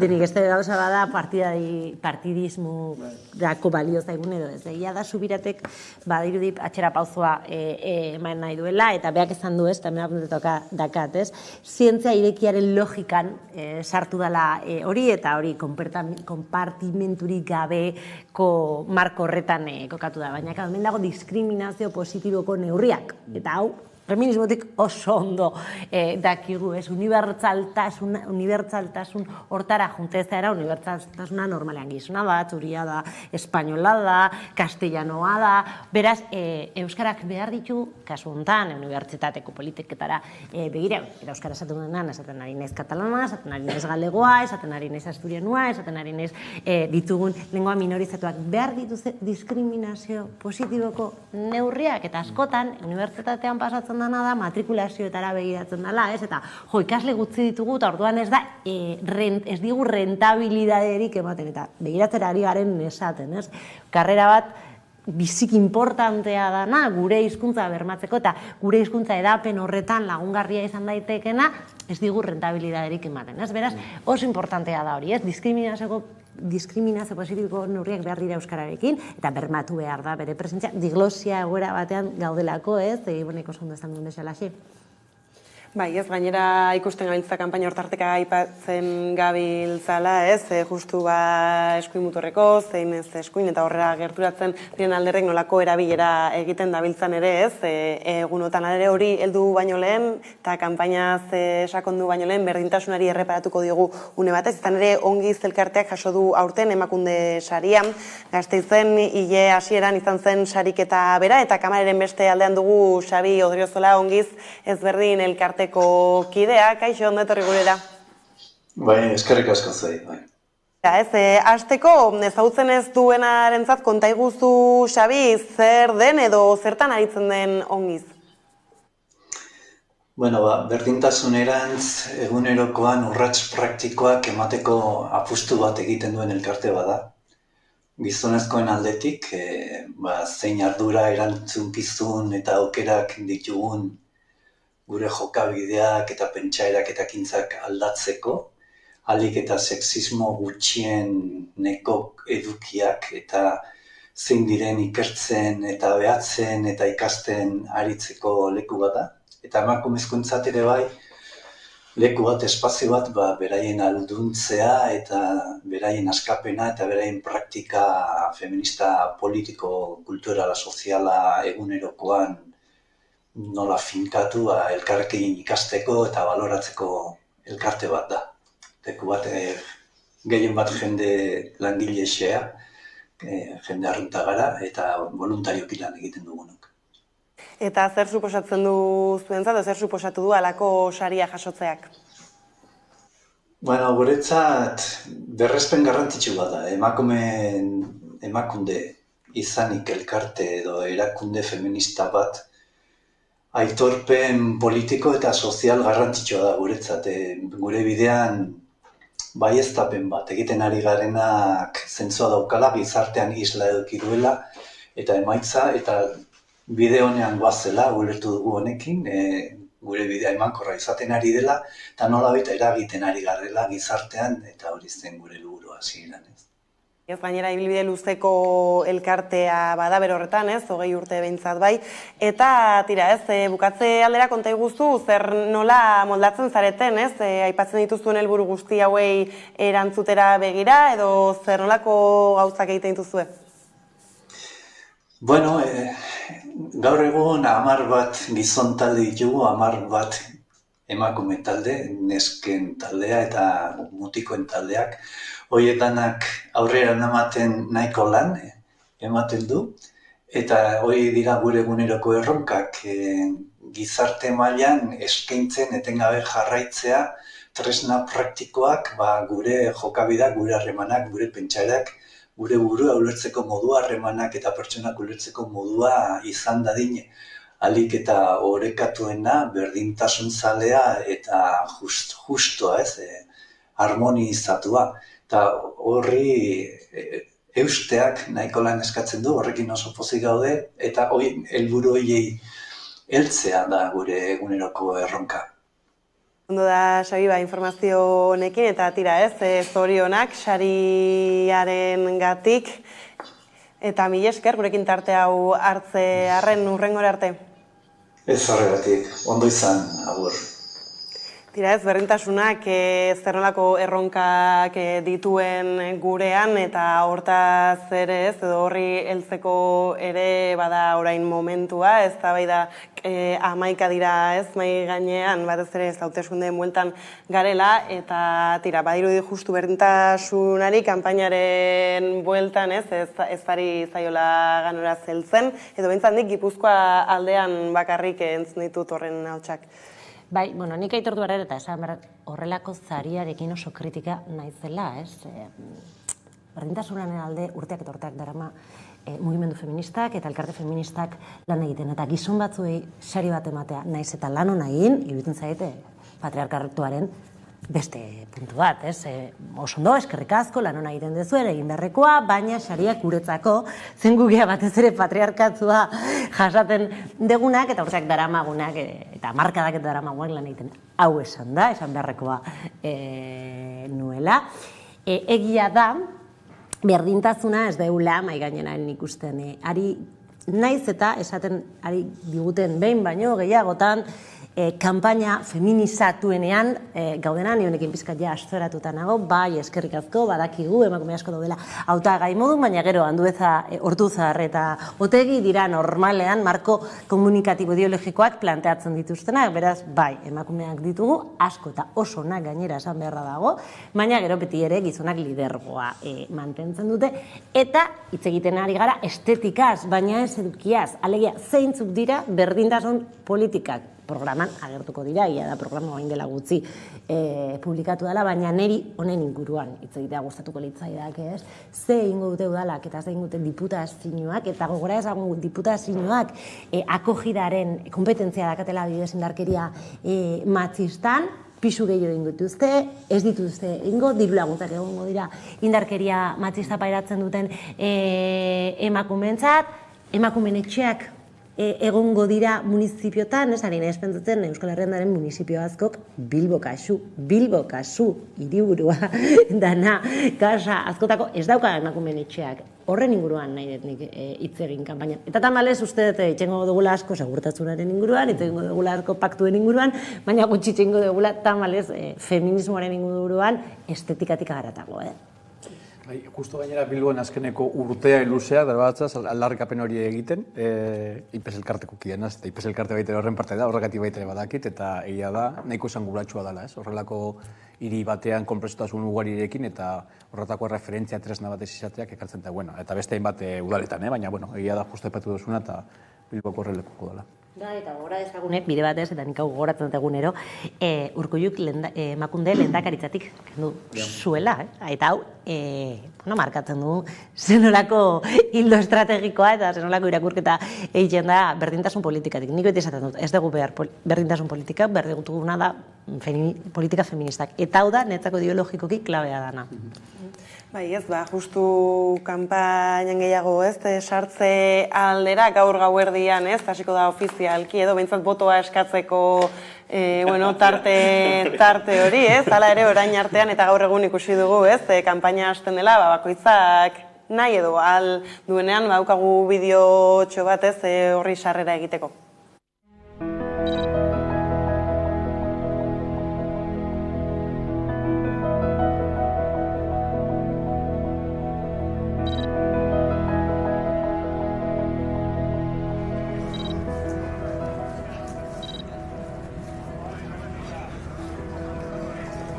Pertsona askok bizi dugun krisia ahaztu gabe, gure helburua da Arabako erronkei heltzea, etorkizunean egungo ongizate maila mantendu eta handitu ahal izateko.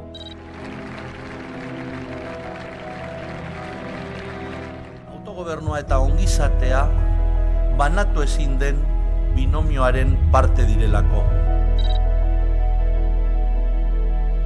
Etorkizuneko alkatea.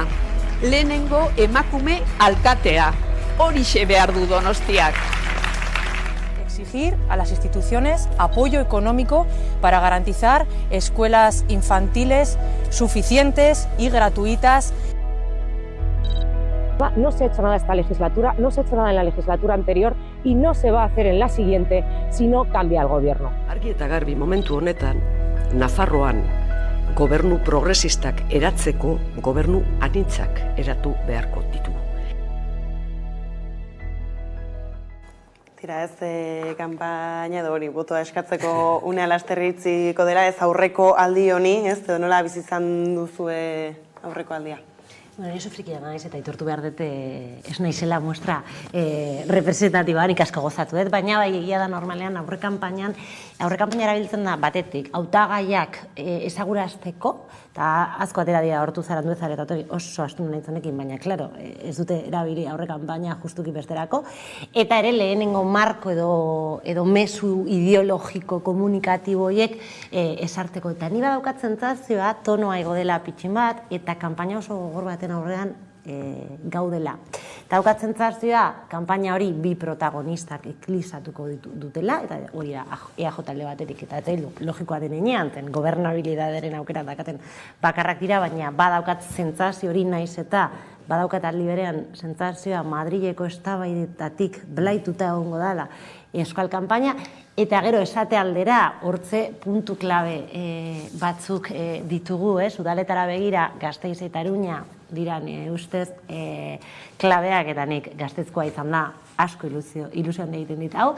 Bestetik, ja, foru aldundietara begira hortze Gipuzkoa da netzako klabea, eta beste bi klabe abstentzioa, ez dakigu zeinekoa izango da, baina horri ere erreparatu behar diogu, eta hor badago poltza oso handi bat oraindikan botoa zein izango den ez dakitenak. Eta hori bai izango da klabean ikuste dute, eta alderdiak ara begiratu behar dute, zen justu horiek bai izan daitezke dezizorioak bai Gipuzkoan, bai Gasteizen, eta bai Iruñan. Bilboko egoera bestelakoa da, eta badirudi, eta hoen justu gaina atea da inkesta bat, eta badirudi oso sobradoa duela EAJ, orduan hortzen ikusten lehiarik ez dela gongo. Ez dela ere, eta esan duzu ez, joko iluna, edo tira ez, ikusten dela, ala izango dela kanpaina bera, eta egia da, nahiz eta EAJ-ari tronuak entzea ez, orokorrean nahiko saia baden, eureket, eta, bueno, hortu zarraskoan ikusi dugu ez hitz egiten jendea mobilizatzera deitzen ez, 28ra begira botoa ematera, eta hizkuntzatik ez, beraz ardura ere hor badute. Bai, eta ez dakit, onartu behar da, edo azpimarratu behar da, batzuk nahiko urduri somatzen direla, ez? Eta igual zuritik apuntatu duen, ez? Eta seguramente egunak aurra jonala urduritasun hori baitere forma ezberdinak hartzen joango dira, ez? Eta urduritasun horren noreteko, ez dakit, ez? Lagina edo adibidea bada, osasungintzaz, feminismoaz, hizkuntz politikaz, transizio sozioekologikoaz, parte hartze politikoaz, herritarren behar izan berbaiteaz baino, gehiago hitz egiten direla, webguneak izteaz, etaren mamua erabiltzeaz, ez dakizen bat gauzetaz erabiltzeaz. Eta maila batean baitere, Espainiatik egon daiteke nueteko impulsoa baitere erosi, eta marko propio bezala baitere kokatzea ziurrenik gure jendartea beste behar izan, problema eta alderdi politikoengatik beste mezu batzu jasotzeko predisposizio batean dagoenean, ez? Orduen, maila batean iruditzen zait, bueno, hori ez dakit badan urduritasuna, badire betiko jokabide batzuek, baina batez nahiko esan guratsua dela, ez? Hitz egin beharrean, jateko gauzetaz, hitz egiten direz, gauza batzuek ez diotenak askotan nahiko eztabaidan zuek provokatzen dituztenak. Nik, eta, bueno, igual zuinek apuntatu duenari osagarri, osan diot, ez? Beste elementu batzuk gehitzegatik, zenbat nator aipatu duenarekin. Horre, nik ustot, elementutariko bat bihurtuko dana Euskal Herriko eskala, bai izango da Nafarroa garaian emongo da noeteko indarko relazioa. Ze egia da,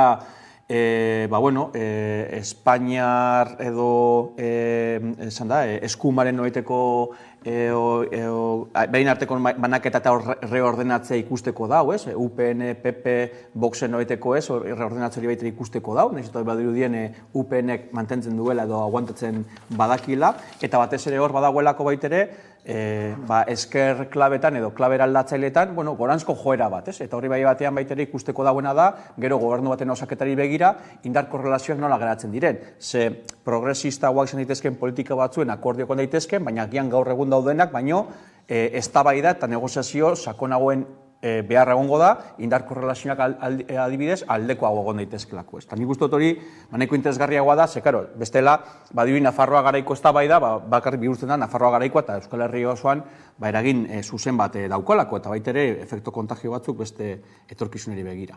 Eta gero, orokorrean baitere nik bi apunte ingo nituzke, eta da, batetik, egia da, eztabaida, hauteskunde hauek nahiko klabea bihur daitezkenak, gaur egun daukagun testu inguruan, politika neoliberal gehiago aplikatzeko egoera bat, edo justizia sozial aplikatzeko egoera baten aurrean aurki daitezke, eta hor bat dauela talka, eta hor bai dauela gatazka, eta hor bai daudela eredu ezberdinak kontrajarria direzenak, eta aldi berean baitere, nazio ardatzaren baitere, demokratikoki burujea behar izateko aukera, edo marko espainiarra bereziki gehiago markatzeko eta agenda guztia markatzeko beharra. Eta ni bigarren apunte bat, igual badaukalako nik uste dut esangura berezi bat, ze azkenan hauteskunde bakoitzak bere ezaugarri propio ditu, eta oingokoek herri hauteskunde asko direz. Eta municipalismotik, ez? zer eraiki daiteken, baitere ez, nik uste dut nahiko esanguratsua dela. Evidentemente, herritarren parte hartzea, igual, gertuago ikusten du, ez? Bereziki, bere herriko behar izanei begirako hauteskunde batzuk ikus dezakelako, baina egia da baitere municipalismotik, klabera aldatzaileetan eta klabe nazionaletan baitere asko ere ikitzeko aukerak on daitezke. Eta nik uste dut hor, zelako indarko relazio gara daitezkan baitere nahiko esanguratsu daiteke. Eta gero, abstentzioarena iruditzen zain nahiko klabea dela. Gainera, indikatzaile guztiak edo dakitenek, epatzen dutena da, gero eta jende gehiagok hauteskunde kanpainan eta euskalkunde azkeneko gunetan ebazten dutenean bereien botoa bai ez eta zein norabidetan egiten duten. Orduen, lehen aipaturiko, zuenik aipaturiko atentzio hori baitere, oso hor kokatu daiteke. Aipatu dituztuen puntu ezberdin hauetara, alare uste duzu eta esan duzunen aritik ere herritarrak kontziente dira, ez, euren arreta desbiratzen saiatu dira, naiz eta tira, ez, hasteko udalmailako hauteskundea dira, eta ero hori aldundi eta koak, ez, hor dago, ez, esan duzu, ez, mamu ezberdinen erabilpena, alare ez, jokoan dagoena, benetako eguneroko bizitza, eta justu, aipatu izan dugu lehenago, ez zaintza tarteka, ez gizarte zerbitzuak ere badira jokoan.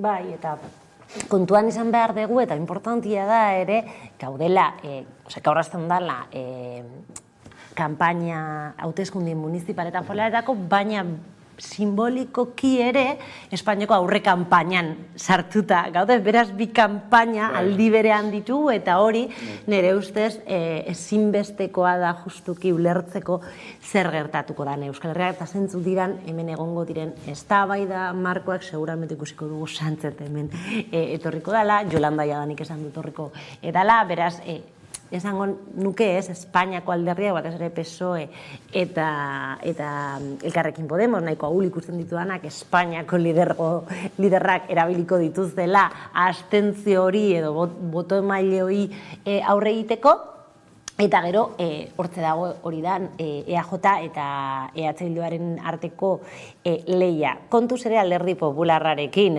Gasteiz batean, zen nik uste gora egin dezakela, eta hori, eta gero dago zuk ezaten zuten ez, UPNek gora doa, gogora ezagun beste hauteskundetan banatuta juntzala, ez, orain berriz ere elkar juten dela, eta hori lagungarria da beti, ez, baina zure galderari erantzuten, zen ez dizut erantzun, egia da, ez, udala hauteskundeak direla gertuenenak. Eta ni badaukatzen zaria batzutan esaten dugula, ez, eske jendea deskonektatuta dago, edo hobesan da, jendeari ez zaio interesatzen. Ikustu jendeari interesatzen zaiola egunerokoa, ez, eta beste gauza bada boskatzen duena da ez, eta deituta sentitzen dan ala ez, baina zuta garna batea juten zeanean, politika zentzuten da, ez, eguneroko politika municipalistaz entzuten da, eta jendea iritzea ematen du, eta ondo iruditzen zait hartu den erabaki hau, edo honen inguruan nik beste hau hartuko nuke, orduan nire ustez krisian dagoena, ez da politika bera,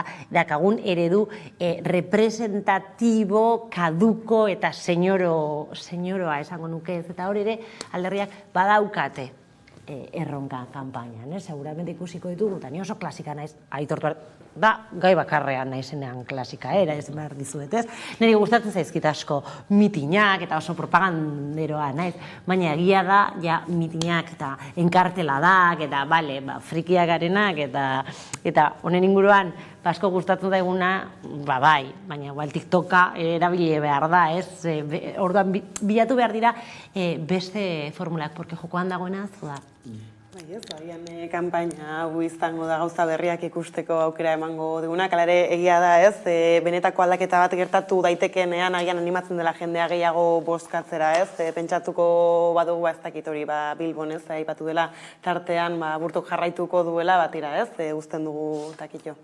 Bai, eta bueno, lehen ere bat nator, eredu representatiboak maila baten daukon desgaztea, horrek maila baten eukin dezaken desafekzioa, alderdi politiko beraiek eukin dezaketen noiteko distantzia edo urrunkera herritarren noiteko behar izenetatik. Daude elementu asko seguramente eragiten dutenak, eta askotan alderditatik edo badagoela joera bat, norberaren logikaen arabera aplikatu, eta askotan ez arreta jarri horrelako elementuei. Ez da, agian politikarekiko, bere dimentsioriko guztienean, ez ezagupen bat edo distantzia bat odalakoa dagoela, baizik eta agian bestelako elementu batzuek baitere jokatzen dute. Eta baitere egongo da, seguramente, porque hemen klabetariko bat bihurtuko da, abstentzioak, ze nork gehiago, nork oberen aguantatu abstentzioa, seguramente irabazte aukera gehiago izango ditu. Eta orduen egongo dira baite joera batzu de, bueno, si total izango da antzerako, pues orduen lasai egon, eta guk erabakiko dugu zugaitik.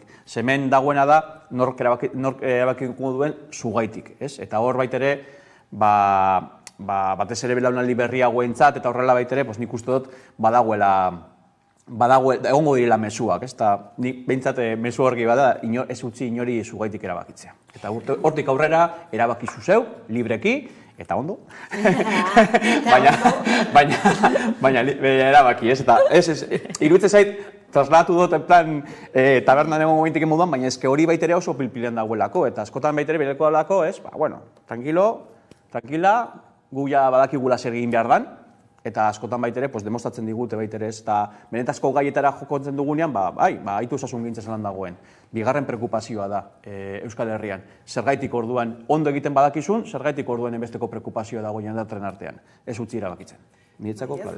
Proposamenetan sartuta hori gauz gutxi entzun ditugula alako gaien inguruan, justu ez dakitez, zaintza bat dela mugimendu feminista txarto ez nakaka ematen, zaintza erdigunen jarri dadin, jendak horri heltzeko, eta heltzen da proposamenak entzuteko momentua edo sartzen zara zer dion honen inguruan, eta ez zer gutxi.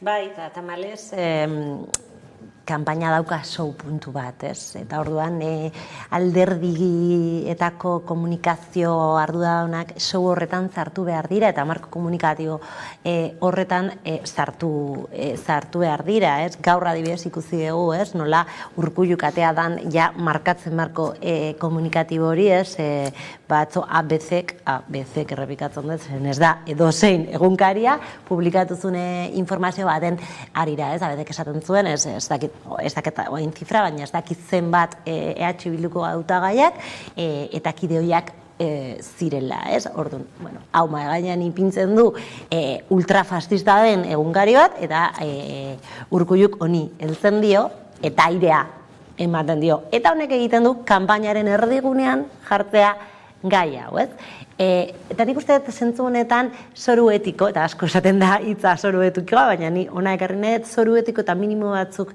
bai egon behar direla adostuta alderdien inguruan, eta nik uste dut ultrafascismoak ekartzen dituen gai hoiek kanpainatik kanpo ateatzea ezinbestekoa dela. Hori ez du ezan nahi, inola ere ez konfrontazio ideologikoa ez denik beharrezkoa, eta nik uste dut kanpaina gogorrak izan behar direla, baina gauza bada gogorra izatea eta bestea da mamarratxoa izatea, eta hori beste eta zikina izatea, eta dira bi gauza, eta nizentzu horretan bai uste dut eskatu behatzaiela hori, alderri herritarrok merezi dugulako, nik uste dut, ni nahi dut Maialin ikusi Eider Mendozarekin izugarrizko debate gogor bat izaten, konfrontatiboa, mina egiten duen debate horietakoak, baina nahi dut debatea, hori da nik nahi dudana, eta tamalez uste dut hori gutxi ikusiko dugula, eta titular asko eta marko mediatiko show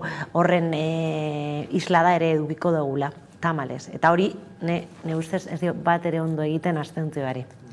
Bai, ez hankak lurrean edukitzea eztabaida hauek ematen direnean, baina eta apuntatu duzuenez, eta alderdiek ere jarri dute mahai gainean zikina izango dela, eta oso zer da, uneko kontu bat, urduritasunak aipatu dituzu helen? Danaren bilduma, eta seguramente, eta bai, eta baita ere nik uste dut, abia puntu moduan jarri behar da, zuenik aipatu duena, ziklo elektoral luze baten noreteko abia puntua ere bihurtuko da, orduan horre maila batean markatuko du tendentzia bat, joera bat, hildo bat, posizio bat, eta emaitzek baita ere maila batean mugarri batzuk baita ere esarriko dituzte. Eta egia da, askotan eztabaidak ideiak proposamenetan edo termino ideologikoetan norberaren posiziotik zein plantatzen duen, zer plantatzen duen jendartaren gehiengoarentzako onuragarri izan daitekelakoan, ez? Eztabaida horrek plantatu beharrean, bestelako, ez dakit, lehia politiko, alderdi politikoen logikan baitere gehiago kokatzen dena eta horrek maila baten eratortzen den marko guzti horretan, ez? Nik adan dabe, den zurinek aitortu du, nire baina aitortu dut, beste goza bat. Ni egia da, niretzako hauteskunde municipalak edo herri hauteskundeak badaukate beste xarma bat. Eta hauteskunde guztiak garrantzitsua dira, kontuz, baina badaukate beste xarma bat, batez ere, hor lehen aipatu duguna, hor hitzein daitekelako nor proposatzen duen emakumeen etxe bat egingo dugu herri honetan, bai edo ez.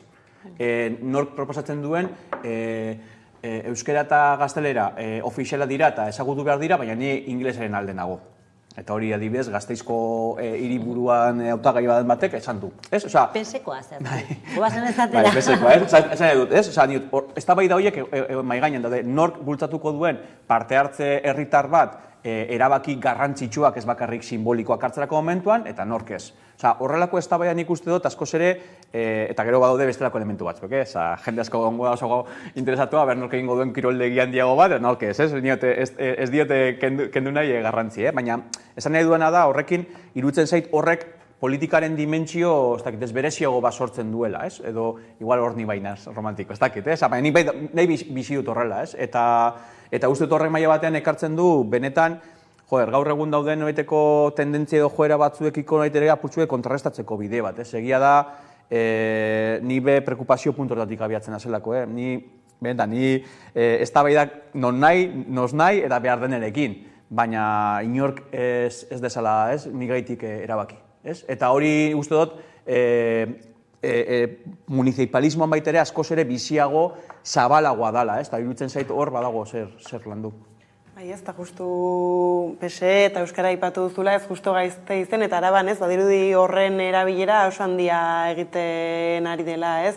Justu orain gutxi ere ez, Voxekoak agertzen ziren esaten Espainiaren defentsa Euskararen inbasioaren aurrean egin behar dela, ez? Zerrari zeu hemen zaudela aprobetxatuta zerrari zeu gertatzen elurrean. Guazten dana kontatzera, porque hau egin zuten bideo batean, eta esaten zuten atzean zekaten jauregia Euskara lehenetzea izango zen jauregia zela, eta ez zen.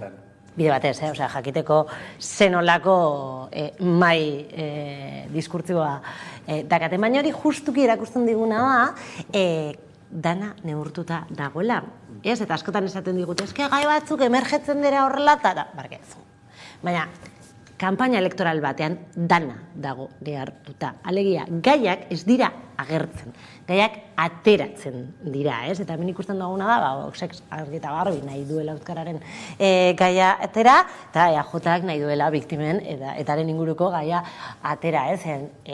Normalean, eta beti esantzen da, ez beti egon behar da, taktika eta orekaren arteko estrategia, baina eski kanpaina elektorala da taktika gordinean, ez? Eta orduan, ez da kasualidadea. Horregatik nik esaten nuen zinbesteko dela zoru etiko hori, ez delako kasualidadea, ez?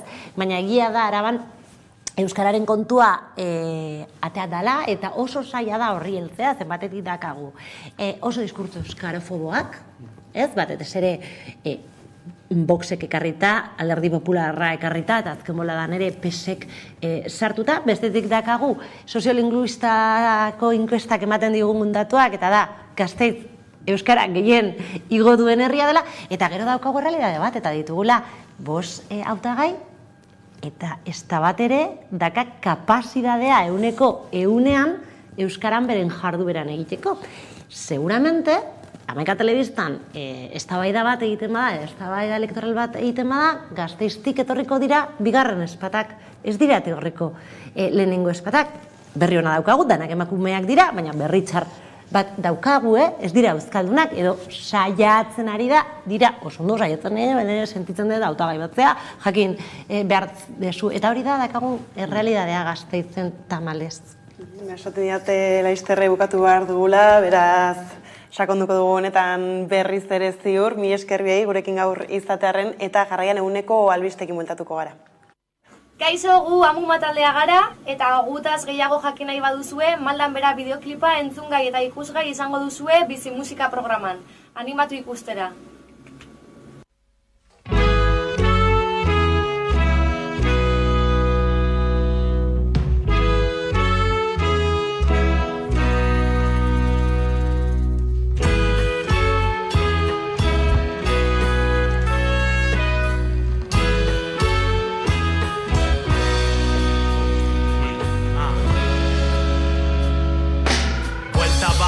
Dut kaletik goizean, ea bakardadetik egiten dudan alde. Parkeak jendez beteta gon beharrean, denak zaborrez betetan daude.